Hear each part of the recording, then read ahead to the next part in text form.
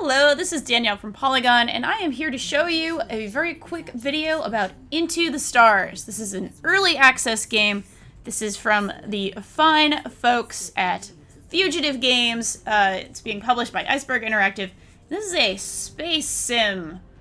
A little bit Star Trek, a little bit Battlestar Galactica, a little bit of sort of Star Control 2, perhaps.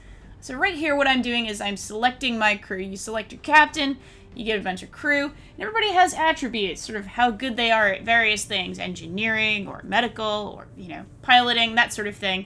And then you are off on your arc. And this is, of course, the last of humanity on this giant spaceship. It's majestic. Just look at this beautiful, beautiful spaceship here. You can kind of, take the long view and just sort of watch your ship sail through, space, above and beyond, so on and so forth. Very nice, very pretty. I always sort of like this stuff as a dork, as a big Star Trek and Battlestar Galactica and Star Wars and, all the things that happen in space nerd. Of course, you get alerts. Things go wrong in the middle of sailing in between planets. Sailing, flying in between planets. So you go ahead, take your captain's view. And if you have emergencies, you decide who the right person is to deal with it. Remember those 6 crew members we just picked out based on their skills and attributes? Well, that means it's time to actually put them to work and make them do things. And of course, you are flying 2 places. You're not just sort of randomly flying around in space. You're flying 2 places. So we're found some wreckage here. Gonna go on a little mission. Of course, always you're selecting the right person for the job. And presumably you selected the right people for all jobs at the beginning. Hopefully. Maybe you didn't. Maybe you did. Let's hope you did. So, making my crew here. It's kind of like the away team, You got Riker and whoever else and whatever red shirt Ensign Ricky is that day.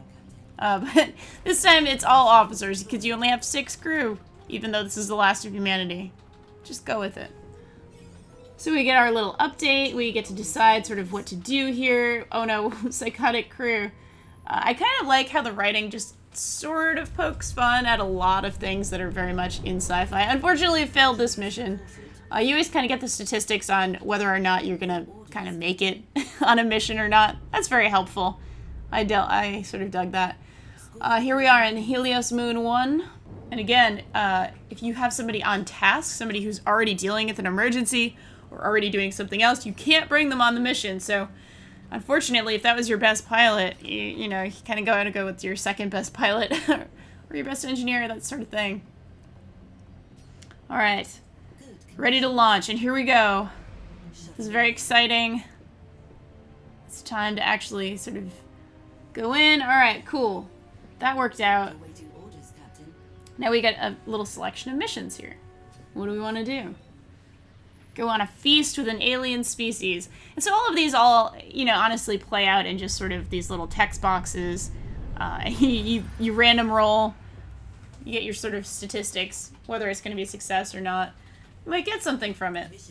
And you always need to be, of course, in a space sim like this, you've got supplies, you've got fuel, you've got oxygen, you have sort of the things that you need to keep the human race going for a little while. You always want more of those things. Those are good things to have. Okay, another mission here.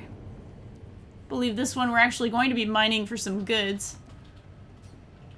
Pick the right person for the job, and there we go. I love these cutscenes. Pretty cool stuff. Oh no, we crashed the probe. Oh, that's not good. It's always sad when you crash a probe. Alright, here we go. This probe looks like it didn't crash because the person's still hanging around. That's good. Alright, it's time for the mining minigame. Get ready. I did not know what I was doing the first time I did this, but then I think I sort of figured it out. You want the elements, you don't want the red stuff. You definitely don't want to crash into that sort of checkered red material, because that means instant death. And you're basically going for a little grab of resources here. You can't quite avoid all of it, but, you get what you can. And grab some of that stuff. Little bit of a rude awakening there. It was sort of the first little twitchy kind of mini game that I had to play in what is otherwise definitely a fairly high-level management sim. This game is still very early. It's in early access. I definitely want to sort of give it a break for that. Certainly looks nice. The assets, you know, the animation here isn't maybe perhaps the greatest in the world, but I kind of think that's okay. Again, this is a top-level sort of management sim. You're not necessarily going for the most fluid animation in the world with this sort of game. I got very into this, and I also got very into sort of the role-playing aspects of it. I mean, who doesn't want to be a captain of a really cool starship who has to deal with all sorts of problems that starships deal with? Well, maybe you, but that's okay. I dig this sort of thing. So once again, we're back in our majestic spaceship, making a nice slow turn. The arc of humanity is still going. We've lived to fight another emergency, of course. There's always emergencies happening on this ship. You know, when you're responsible for the rest of humanity, that happens. But this skybox is amazing. This looks very beautiful and majestic. Works for the deep space thing. Oh no. We've got problems. And oh my god, space combat. It's combat time. So of course, in this game there's also a hostile race that hates you and wants humanity to die. And that means it's time to pick, again, this one you actually pick sort of where you put your crew for battle stations based on what they're good at. Once you have that all set, the attacks begin.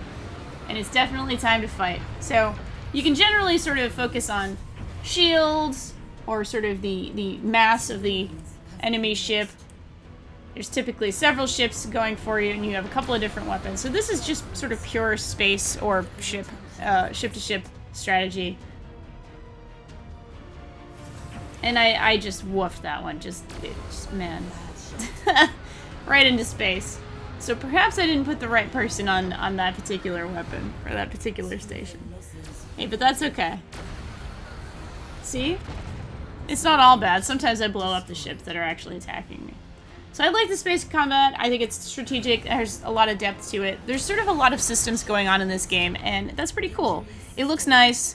It kind of gave me that old Star Trek or Battlestar Galactica feeling of being, you know, alone in space, facing the final frontier. Whether or not, you know, you like the tone of this game or not, that's completely up to you. Again, it's still very early.